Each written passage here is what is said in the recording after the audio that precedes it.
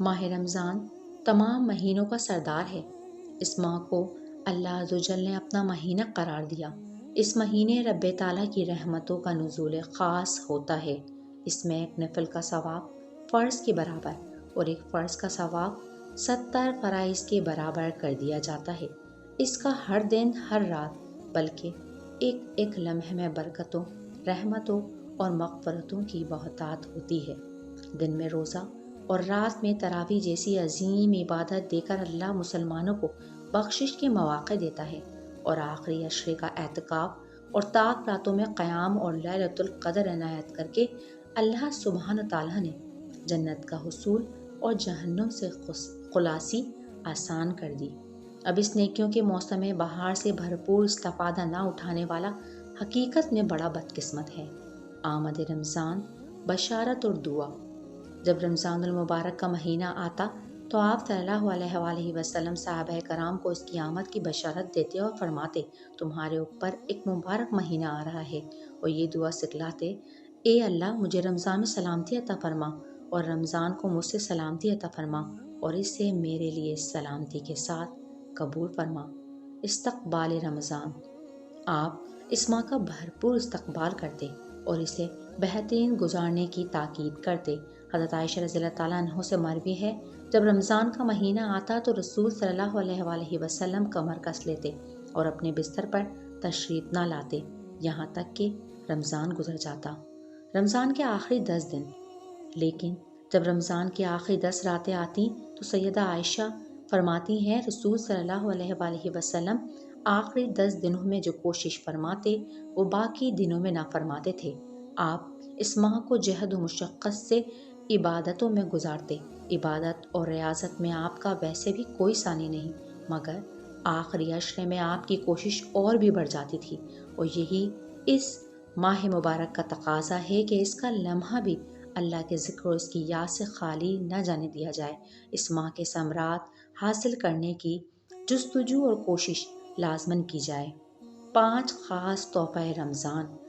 حضرت ابو ہریرہ رضی اللہ عنہ سے روایت ہے کہ حضور صلی اللہ علیہ وآلہ وسلم نے ارشاد فرمایا، میری امت کو رمضان شریف میں 5 چیزیں خاص طور پر دی گئی ہیں جو پہلی امتوں کو نہیں دی گئیں۔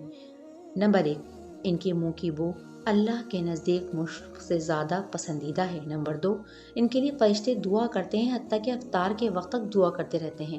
نمبر 3، جنت ہر روز ان کے لیے سجا دی جاتی ہے۔ پھر اللہ رب العزت فرماتے ہیں کہ ان قریب میرے نیک بندے مشقتیں اپنے اوپر سے ہٹا کر تیری طرف آئیں گے۔ نمبر 4، اس مہینے میں سرکش شیاطین قید کر دیے جاتے ہیں اور لوگ رمضان میں ان برائیوں کی طرف نہیں پہنچ سکتے جن کی طرف غیر رمضان میں جا سکتے تھے۔ نمبر 5، رمضان کے آخری رات میں روزہ داروں کی مغفرت کی جاتی ہے۔ صحابہ کرام نے عرض کیا، کیا یہ شب قدر ہے؟ ارشاد فرمایا، نہیں، بلکہ دستور ہے کہ مزدور کو مزدوری کام ختم ہونے کے وقت دے دی جائے۔ آپ اس ماہ میں دعا اور استغفار کی کثرت کرتے۔ دعا رد نہیں کی جاتی۔ حضور اکرم صلی اللہ علیہ وآلہ وسلم کا ارشاد ہے کہ 3 آدمی کی دعا رد نہیں ہوتی، جن میں سے ایک روزے دار کی جب وہ روزہ افطار کرتے وقت مانگتا ہے۔ حضرت عمر بن خطاب رضی اللہ تعالیٰ عنہ فرماتے ہیں کہ میں نے رسول اکرم صلی اللہ علیہ وآلہ وسلم کو یہ فرماتے ہوئے سنا کہ رمضان میں اللہ تعالیٰ کا ذکر کرنے والا بخشا جاتا ہے، اور اس مہینے میں اللہ تعالیٰ سے مانگنے والا بے مراد نہیں رہتا۔ روزے دار کے لیے جنت میں محل۔ حضور صلی اللہ علیہ وآلہ وسلم نے ارشاد فرمایا، رمضان کی جب پہلی رات ہوتی ہے تو آسمان کے سب دروازے کھول دیے جاتے ہیں، کوئی دروازہ بند نہیں کیا جاتا، اور ایسا رمضان کی آخری رات تک ہوتا ہے۔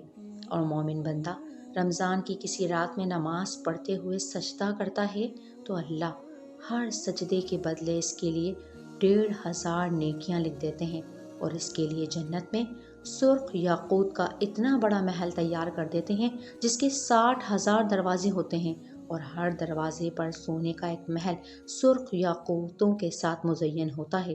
جب وہ رمضان کا پہلا روزہ رکھتا ہے تو اس کے موجودہ دن تک کے پچھلے تمام گناہ معاف کر دیے جاتے ہیں، اور ہر روز 70,000 فرشتے صبح کی نماز سے لے کر شام تک اس کے لیے دعائے مغفرت کرتے ہیں، اور اس کے لیے ہر سجدے کے عوض جو وہ کرے دن کو رات کو ایسا درخت لگتا ہے جس کے سائے میں سوار 500 سال تک چلتا رہے تو بھی سایہ ختم نہیں ہوتا۔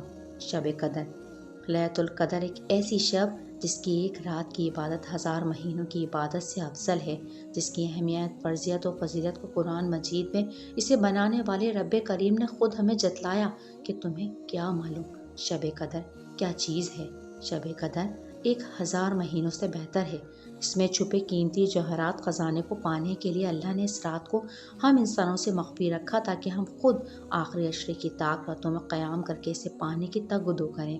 اس کو پا لینا، اس رات میں عبادت کرنا، اپنے رب کو پکارنا، بخشش کی فریاد کرنا پورے ماہ رمضان کے فضائل کا خاص نچوڑ ہے۔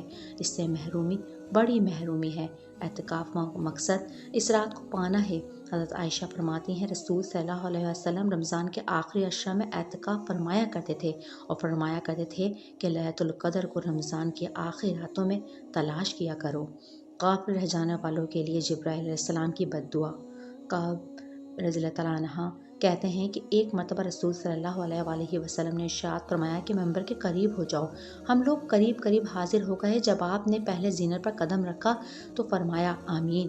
خطبے سے فارغ ہونے کے بعد جب آپ صلی اللہ علیہ وسلم نیچے تشریف لائے تو ہم نے اس کی وجہ معلوم کرنا چاہی تو آپ نے فرمایا اس وقت جبریل میرے پاس آئے تھے۔ جب میں نے پہلے درجہ پر قدم رکھا تو انہوں نے کہا ہلاک ہو جائے وہ شخص جس نے رمضان کا مبارک مہینہ پایا اور پھر بھی اس کی مغفرت نہیں ہوئی۔ میں نے کہا آمین۔ ماہ رمضان سے غافل رہ جانے والوں کے لیے اس قدر سخت وعید کہ جبرائیل کی بد دعا اور سرور کونین رحمۃ اللہ عالمین کا آمین کہنا، اب اس میں رحم اور معافی کی گنجائش باقی نہیں۔ اللہ رمضان مبارک کی رحمتوں، برکتوں، مغفرتوں کا ہمیں بھی مستحق بنائے۔ آخری رمضان سے بخشش کے فیصلے ہوں، ہمارا نام بھی ان میں شامل ہو۔